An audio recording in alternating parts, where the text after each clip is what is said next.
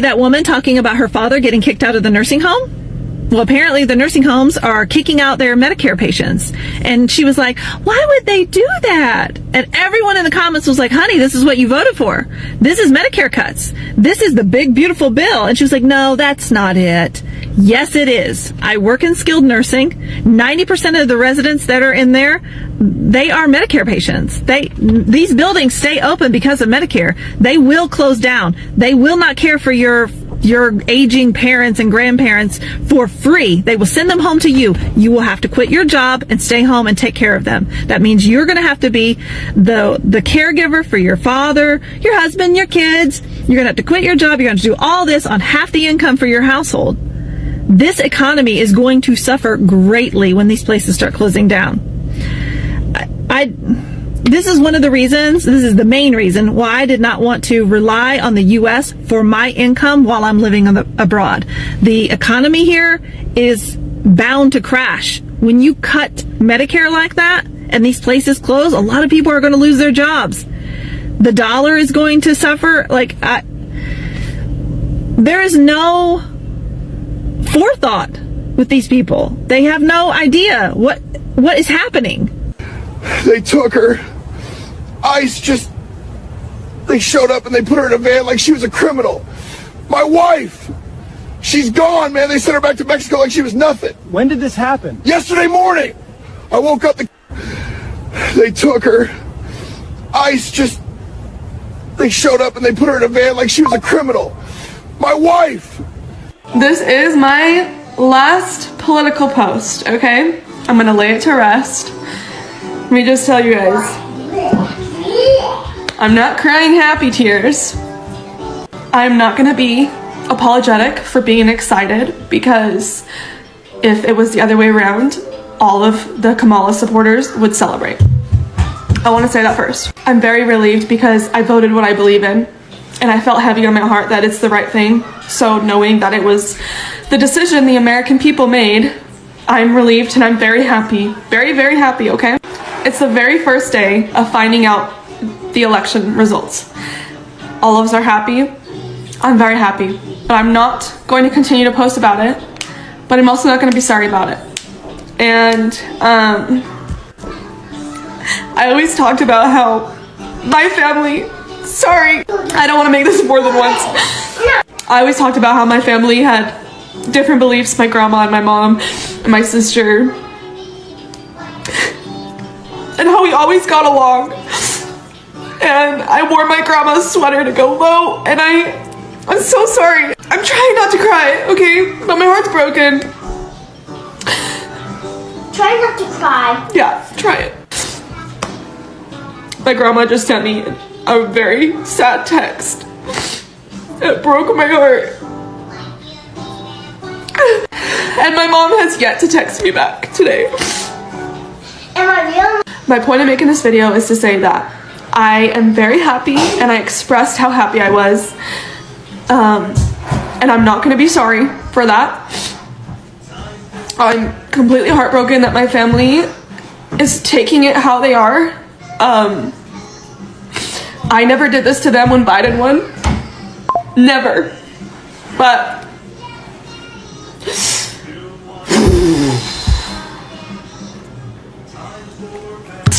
I am done with political posts. From here on out, it's back to normal. If you don't like me because of who I voted for and you have to unfollow, go ahead. My own family unsubscribed from my life, so you can too. I promise. It doesn't get worse than that. The FAFO moments continue for Trump supporters. Meet a Canadian Trump supporter named Chris Landry. He's lived in New Hampshire since he was 3 years old, and he had a green card since 1981. While vacationing in Canada with his 3 children, he tried to return to the United States, and he was stopped at the border. They questioned him over several misdemeanors that he had, one dating back to 2004. He was held in detention for 3 hours before immigration told him he could not come into the United States and to not come back or he would be detained. This Trump supporter is now stuck in New Brunswick, having to hire an immigration lawyer to fight to get back into the country that he's lived in since he was 3. The State Department commented that a green card is not a right, it is a privilege. This is what this Trump supporter had to say in his own words after this situation. I was definitely, all for Make America Great Again.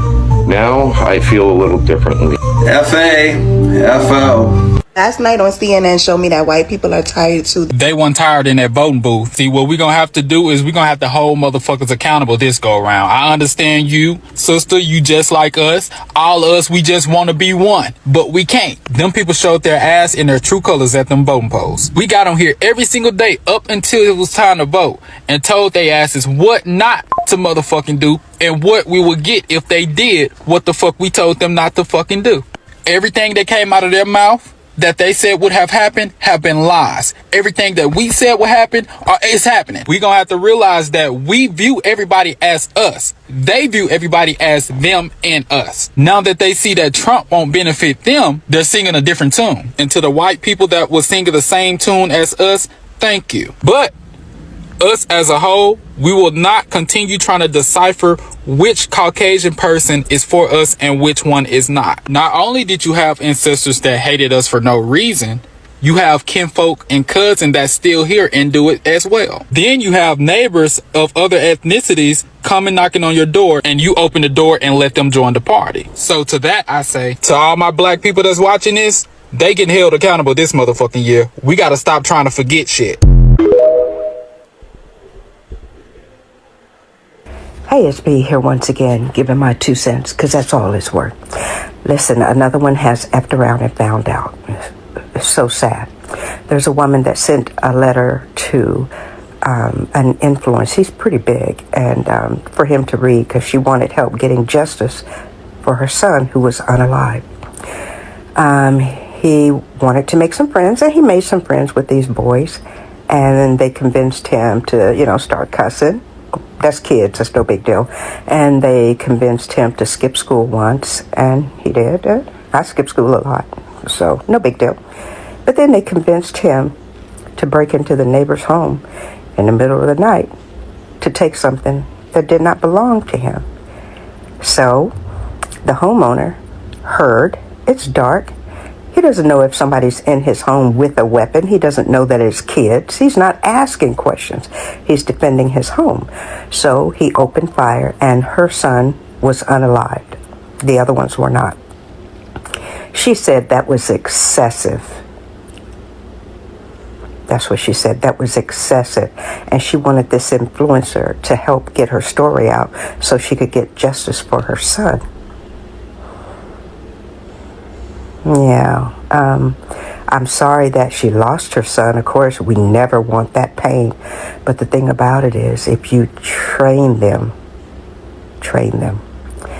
And, we were kids. You know how kids are, all right? But the thing about it is, these new kids, they just do whatever they want to do and think that it's okay. And think that they can do whatever they want with no consequences. Teach your children the consequences in the house, so when they go outside the house, they will know consequences and they'll behave better. So she's upset, and the influence is like, lady, you could have stopped this before it started. You're looking for sympathy and you're looking for justice for your son, but the thing about it is, your son did something he was not supposed to do, which is go break into someone's home and take what didn't belong to him. And I'm not quite sure what they took. It doesn't even matter.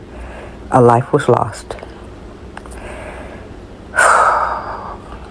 Mothers, stop with this. Teach your children at home and stop trying to justify their bad behavior, your kids' bad behavior, because that's pretty much what you're doing. Stop. All right? Have a good day. We voted for Mr. Trump. Okay, what happened this time? Mr. Trump, you're supposed to be our hero, man. But I don't understand how this makes any sense for anyone. The Hispanic community is extremely, extremely afraid. There is fear in people's stomachs, and that is not good. Oh gee, do you think your vote might have anything to do with that? We believe that you could change this by tomorrow with your strength and your policy. Yeah, I don't think that's happening. That's like asking Colonel Sanders to stop selling chicken. We know that you are a builder, you've been in development, and you know that we need our people to build America. Immigrants are the foundation of America. We are all immigrants here in the United States, and we gotta save that American dream. God bless America. Oh, Mario sounds like he's very upset that his bottom line is getting affected.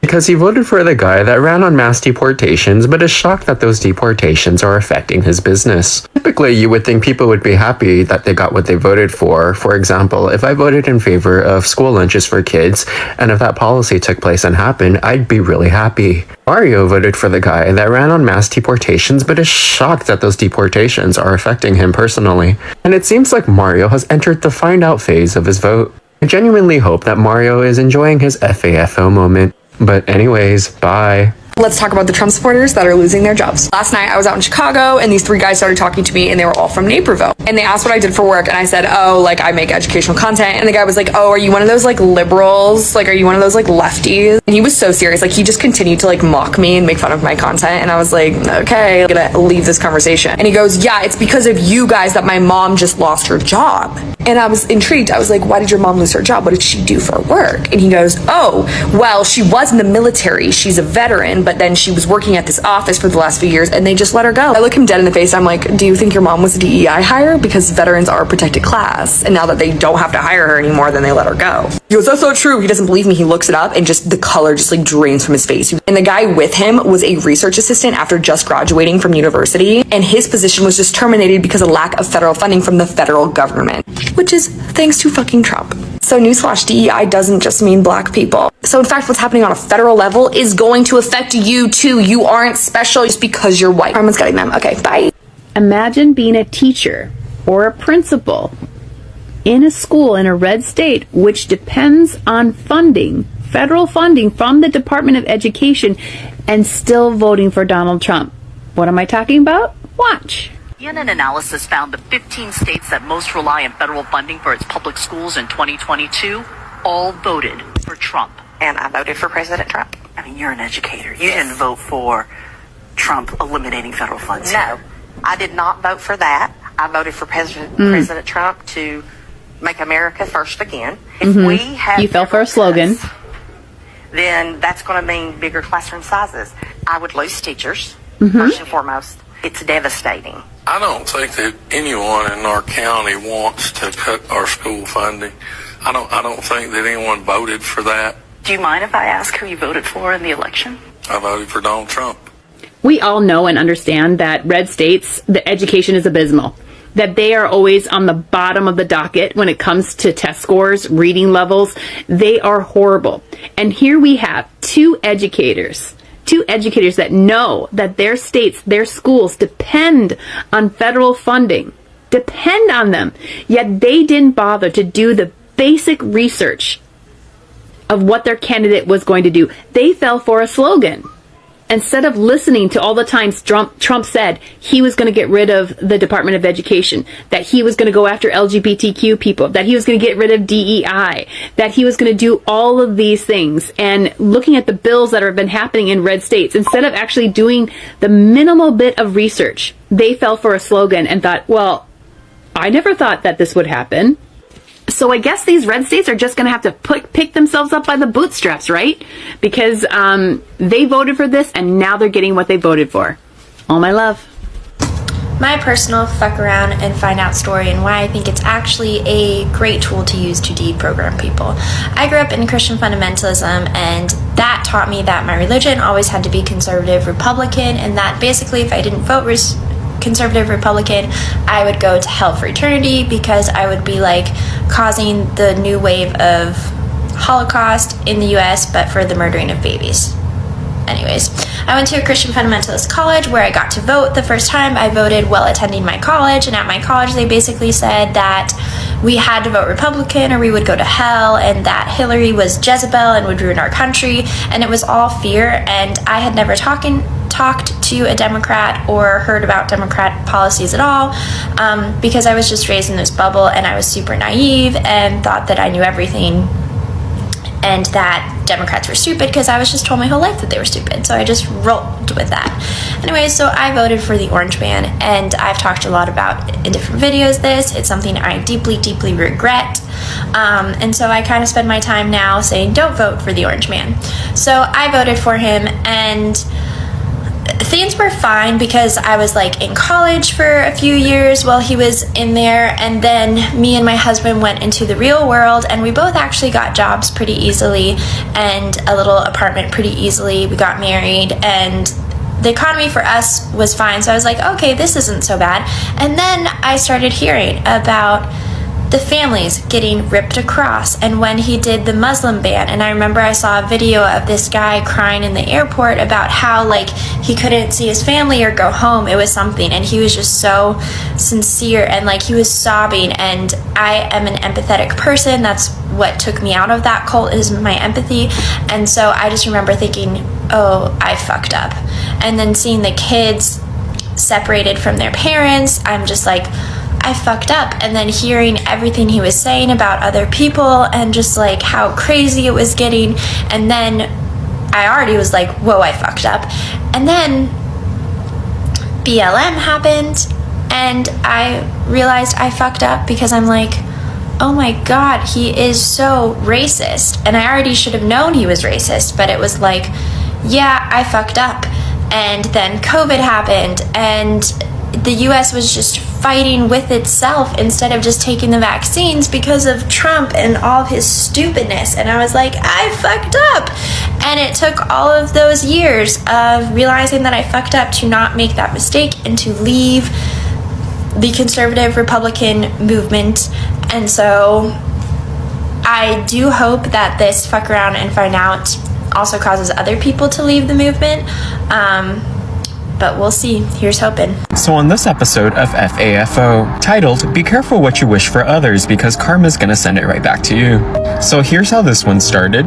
Going from the bottom up, on October 16th, 2024, Billy writes, I'm in Arizona voting for Trump today.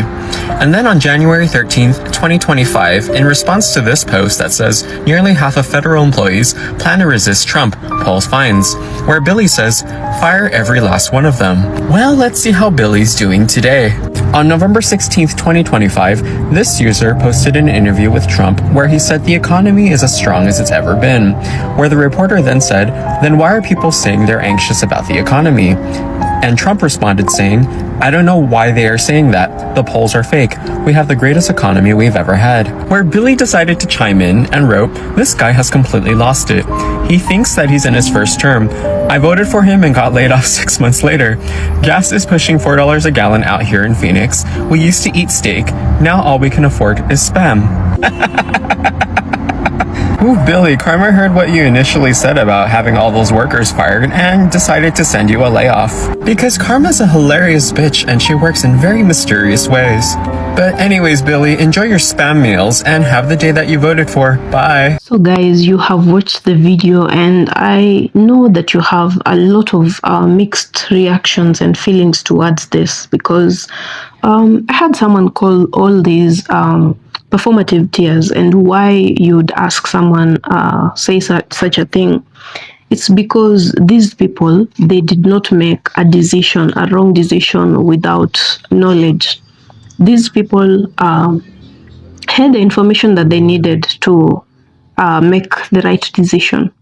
Black community made sure that it aired all these things, all these fears, all these worries, you know.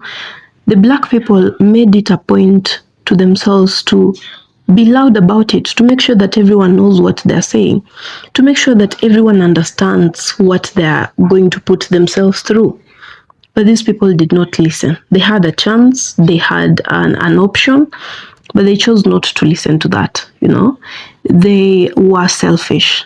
Yeah, this is what I'm gathering from this video. They were selfish because they voted for whoever they voted for because they wanted a better life for themselves. They only were looking at themselves. And that's being very selfish because the black community was out there talking about how that will affect their lives, how that will change the economy for them.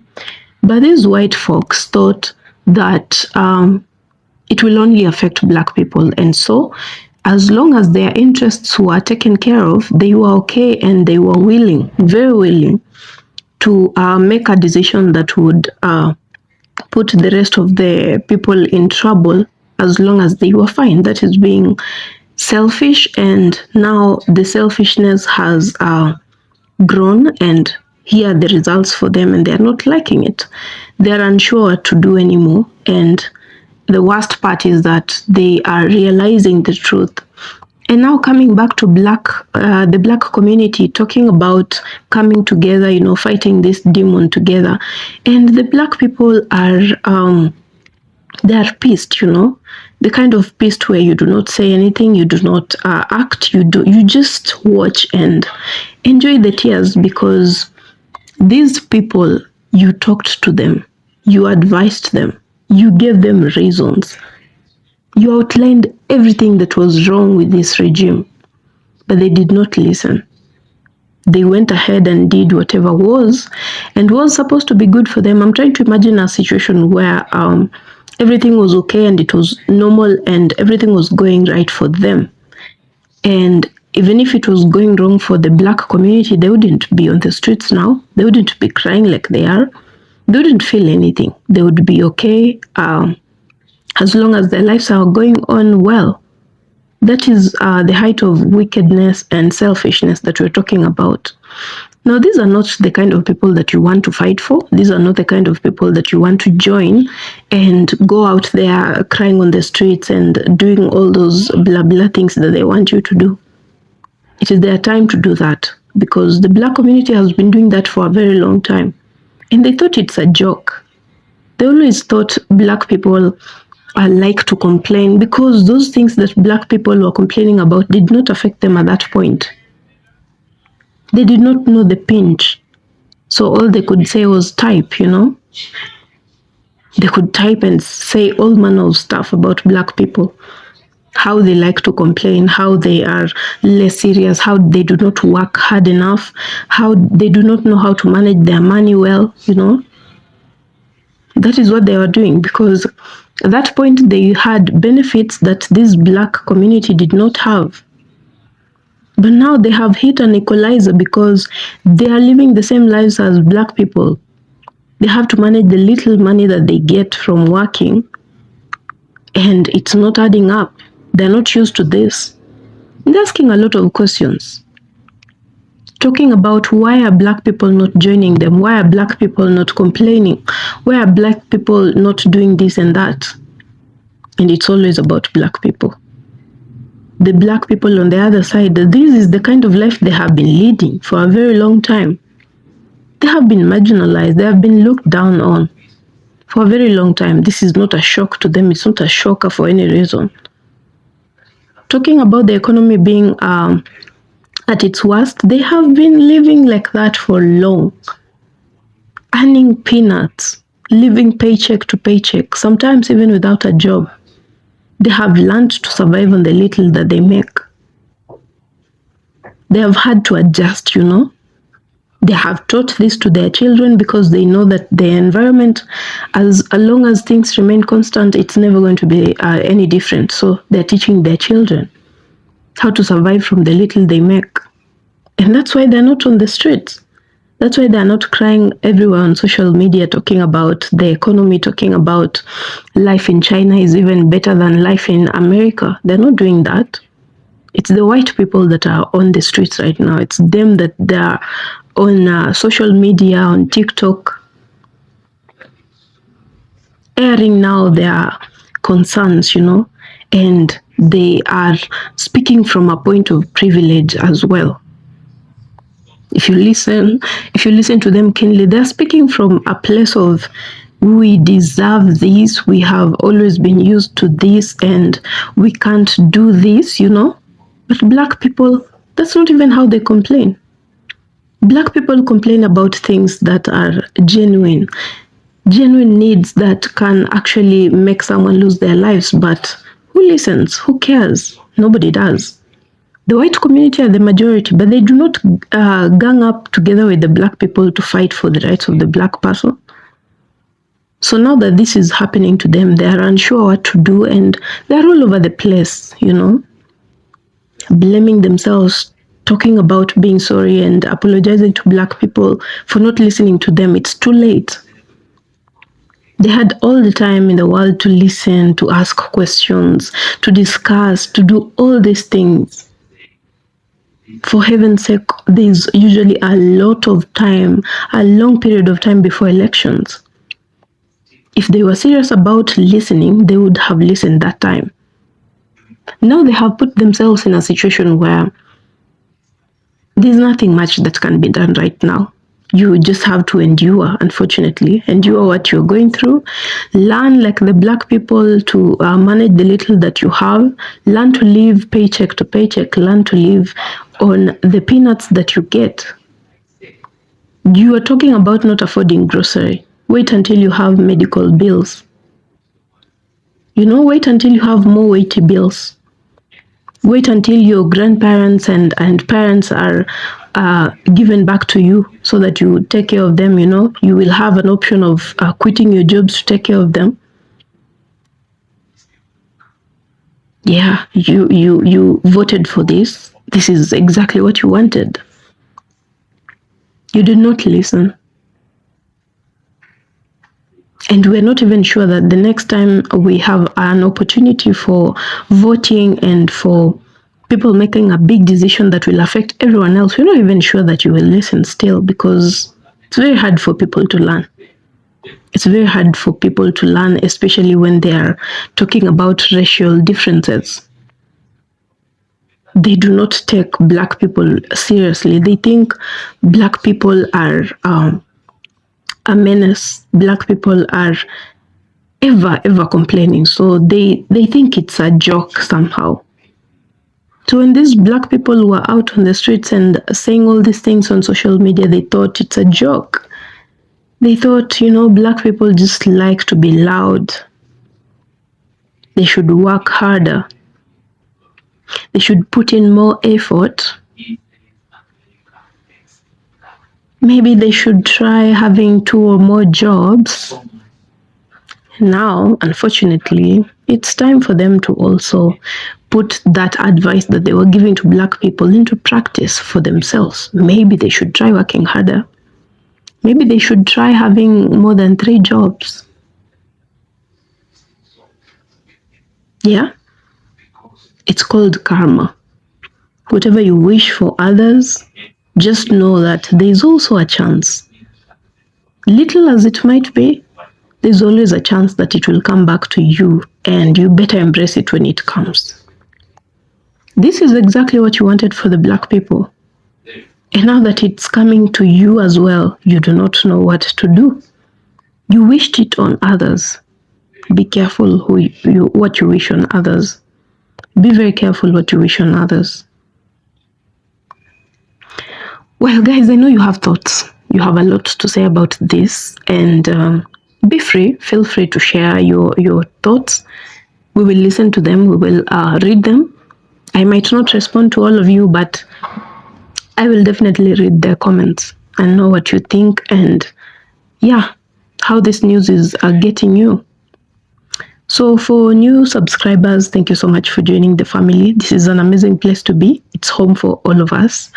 Returning subscribers, always in my heart, thank you so much for always making me grow bigger and bigger every day. The channel is really picking up good, and it's all thanks to you. If you like the video, kindly consider to give it a thumbs up. If you like it a bit too much, give it a super thanks. And yeah, if you have watched the video up to this point and you have not subscribed, kindly consider subscribing to my channel. Kindly consider subscribing to my channel. And yeah, I will see you on my next video. I think bye for now.